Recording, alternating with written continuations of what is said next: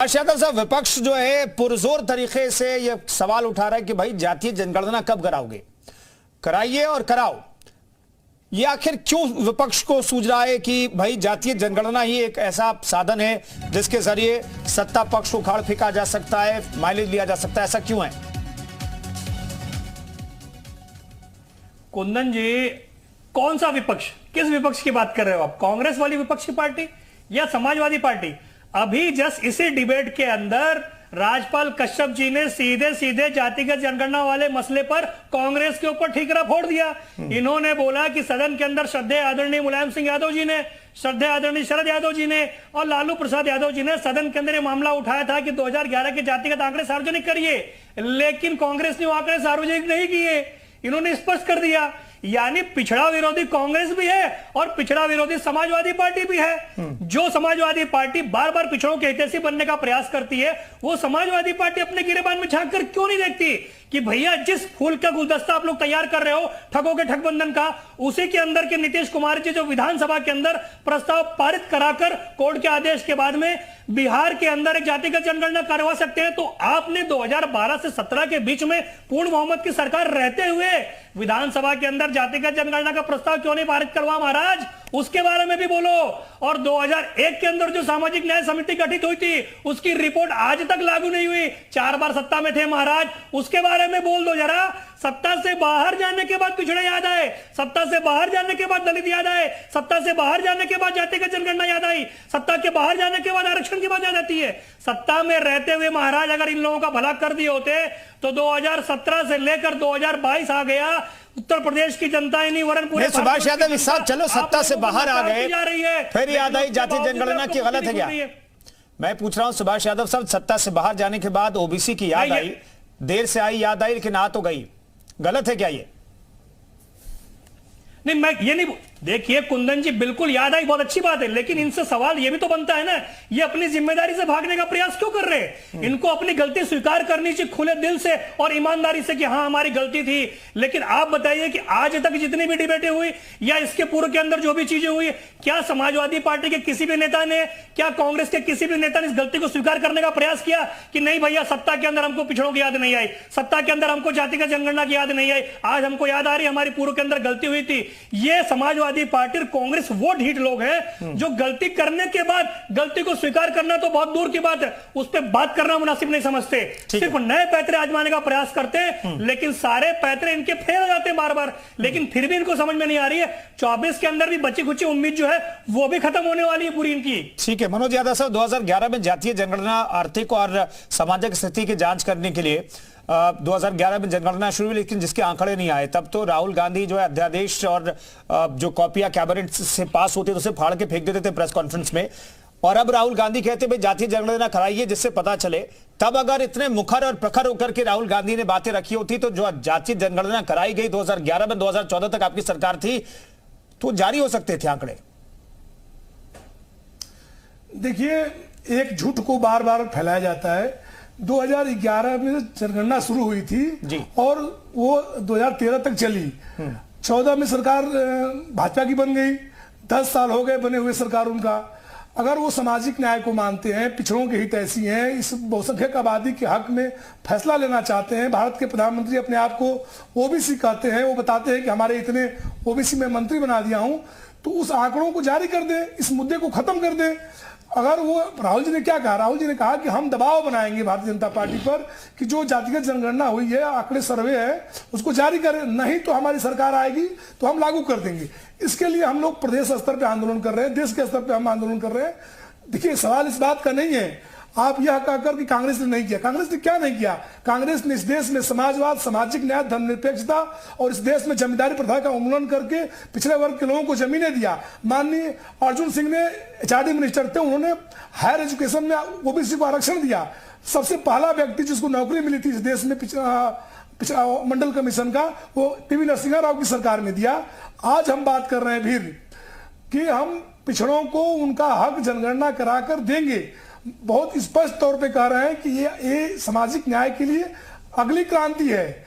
उसमें हम कहते हैं, जो नारा लगाते थे आप कि धन धरती सब बट के रहेगी, उस नारे पे हम काम कर रहे हैं। यहाँ चंद अमीर लोग इस देश की संपदा को, इस देश के संसाधनों को नहीं लूटने देंगे। हम बहुसंख्यक गरीब को हम गरीब नहीं रहने देंगे, उनको 2 किलो राशन पे हम नहीं जीने देंगे, उनको इस विकास की मुख्य धारा में लाएंगे, उनका शैक्षिक, आर्थिक, राजनीतिक और सामाजिक विकास करेंगे। कांग्रेस के पास वो चाबी है, वो करके दिखाएगी।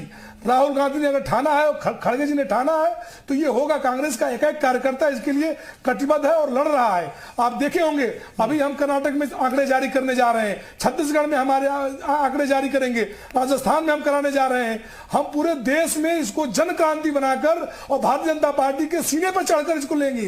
ये बहुसंख्यक आबादी को बदला नहीं सकते। राजस्थान आप जीतेंगे तब तो करेंगे आंकड़े जारी की बात करते हैं। नहीं मनोज यादव साहब, ये इन 2 राज्यों में आप जीतेंगे तब तो जारी करेंगे आंकड़े। पार्टी के प्रवक्ता बोल रहे थे, भारतीय जनता पार्टी के ये खुद ही एहसास कम तरीका बोध है। पिछड़े दलित वर्ग के जितने भी विधायक नहीं मनोज यादव साहब, मैं ये जानना चाहता हूं, आप इन 2 राज्यों में छत्तीसगढ़ और राजस्थान में अगर आप चुनाव जीतेंगे तब तो आंकड़े जारी करेंगे। अगर हार गए तो आप फिर दूसरे पार्टी पर दबाव बनाएंगे कि भाई ये आंकड़े जारी नहीं कर रहे हैं, हमने लागू कर दिया, जातीय जनगणना हमने करा दी, लेकिन आंकड़े जारी नहीं कर रहे। पार्टी जीतेगी, मैं दावे के साथ कर रहा हूं। और भारतीय जनता पार्टी की दुकान अब बंद होने वाली है। जो झूठ की दुकान उनकी है वो बंद होगी और यहाँ पर मोहब्बत की दुकान खुलेगी राहुल गांधी की। राजेश चौधरी साहब, इन 2 राज्यों का जो जिक्र किया और भारतीय जनता पार्टी के लोग, मनोज यादव जी ने, वर्ग के लोग, पिछड़े वर्ग के यहाँ पर आंकड़े जारी होंगे कि नहीं जातीय जनगणना के? राजेश चौधरी, बड़ी झूठी हो सकती है, ये आपके चैनल पे बैठ करके तय हो गया है। राजस्थान के अंदर ये सरकार में थे, किसने रोका जारी करने से? क्यों इन्होंने जनगणना नहीं कराई? छत्तीसगढ़ में ये थे, कर्नाटक में ये हैं, पंजाब में से भी कुछ दिन पहले उखड़ करके ये गए, कहीं नहीं किया, कहीं कुछ नहीं करेंगे। ये मोहब्बत की दुकान खोलने वाले लोग पूरे देश के खुद ही बर्बाद बताएंगे क्या मोहब्बत करेंगे? 65% आबादी का वोट लेकर जिसने 10,000 सिखों को जिंदा जला दिया हो 84 के दंगों में, वो मोहब्बत की बात करते हैं। आप आरएसएस के और भाजपा के जो मुखौटा है ओबीसी के लोग, उनकी हिम्मत नहीं कि अपने कार्यालयों में पिछड़े वर्ग की बात कर सके। आप विधायक हैं, माननीय विधायक हैं, आपको हमारे साथ लड़ना चाहिए। आप पिछड़े वर्ग से आते हैं, आप भारतीय जनता पार्टी के पिछड़े वर्ग के नेता हैं, विधायक हैं, आपको हमारे साथ लड़ना चाहिए। ठीक है, सबसे शासन में हुए ये मोहब्बत की दुकान की बात करते हैं। आपको नील कैसे आती है विधायक जी? प्रदेश के अंदर सोनिया गांधी जी की एक सीट जो आप भारतीय जनता पार्टी में चंद विधायक के लिए है। अरे सभा का चुनाव आगे उनको जनता कितना सीरियस देख लीजिए, वो तो सांसद नहीं बन पाते। ठीक है राजपाल कश्यप साहब, दरअसल ओबीसी वोटर आपके साथ क्यों जुड़े? क्योंकि जो बाकी जो ओबीसी वोटर के जो नेता हैं, छोटे छोटे दल है पूर्वांचल के खास तौर पर, वो तो बीजेपी के साथ है, चाहे संजय निषाद हो, ओपी राजभर साहब हो, अनुप्रिया पटेल हो, ये बीजेपी के साथ हैं, एनडीए के गठबंधन में। और ओपी राजभर तो आपके साथ आए थे लेकिन वो छिटक करके दूसरी तरफ चले गए। सामाजिक न्याय करना चाहिए। राजपाल कश्यप साहब, समाजवादी पार्टी के साथ में इसलिए जुड़ेगा कि माननीय मुलायम सिंह यादव जी ने मंडल कमीशन की सिफारिशें लागू की, पंचायतों में आरक्षण लागू किया और पिछड़े वर्गों को जब चारपाई पे नहीं बैठने का अधिकार था उनको चारपाई पे बैठा के सम्मान देने का काम किया। और यही बीजेपी के लोग मंडल कमीशन की सिफारिशें लागू हुई थे तो ये बसें फूंक रहे थे, युवतियां जला रहे थे और आरक्षण का विरोध कर रहे थे। किस मुंह से कहेंगे ये मंडल कमीशन पे? जमाना मंडल कमीशन की जब सिफारिशें लागू हुई इन्होंने सरकार से समर्थन वापस ले लिया और वीपी सिंह ने लागू की थी, माननीय मुलायम सिंह यादव के दबाव। ठीक है, आपको फ्रेम में मिल रहा है, आपकी आवाज से मिले। सुभाष यादव साहब कुछ रिस्पॉन्ड करना चाहेंगे आप? देखिए इनकी जो पोल तो यही खुल गई ना, ये किस प्रकार ओबीसी वर्ग की बात कर रहे हैं। मध्य प्रदेश के अंदर सरकारी आंकड़ों के अंदर जब मामला हाईकोर्ट के अंदर गया था तो वहां पे आंकड़ों के अनुसार 50% की आबादी मध्य प्रदेश के अंदर पिछड़ों की है। और यही कांग्रेस जातिगत जनगणना की बात कर रही है, यही कांग्रेस पिछड़ों की बात कर रही है। 144 उम्मीदवारों के अंदर इन्होंने पिछड़ों को कितना टिकट दिया?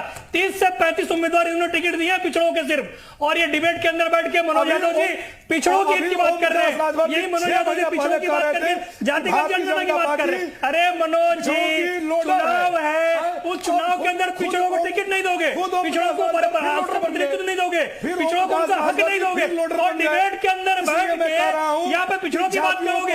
यही कांग्रेस का दोहरा रवैया है और कांग्रेस का यही मुखौटा पूरे देश की जनता ने देख लिया है। और 24 के अंदर साहब मध्य प्रदेश हारेंगे, राजस्थान हारेंगे ये लोग। चलिए, बहुत बहुत धन्यवाद, बहुत बहुत धन्यवाद तमाम मेहमानों का चर्चा में शरीक होने के लिए। तो ओबीसी वोटर जो है वो जीत का कोड माना जाता है, लेकिन इससे 2 बार बीजेपी ने डिकोड किया है, 2014, 2019 के चुनाव में। लेकिन क्या 2024 के चुनाव में सिर्फ और सिर्फ बीजेपी से डिकोड कर पाती है या फिर विपक्ष में इसमें कुछ हद तक कामयाब होता है?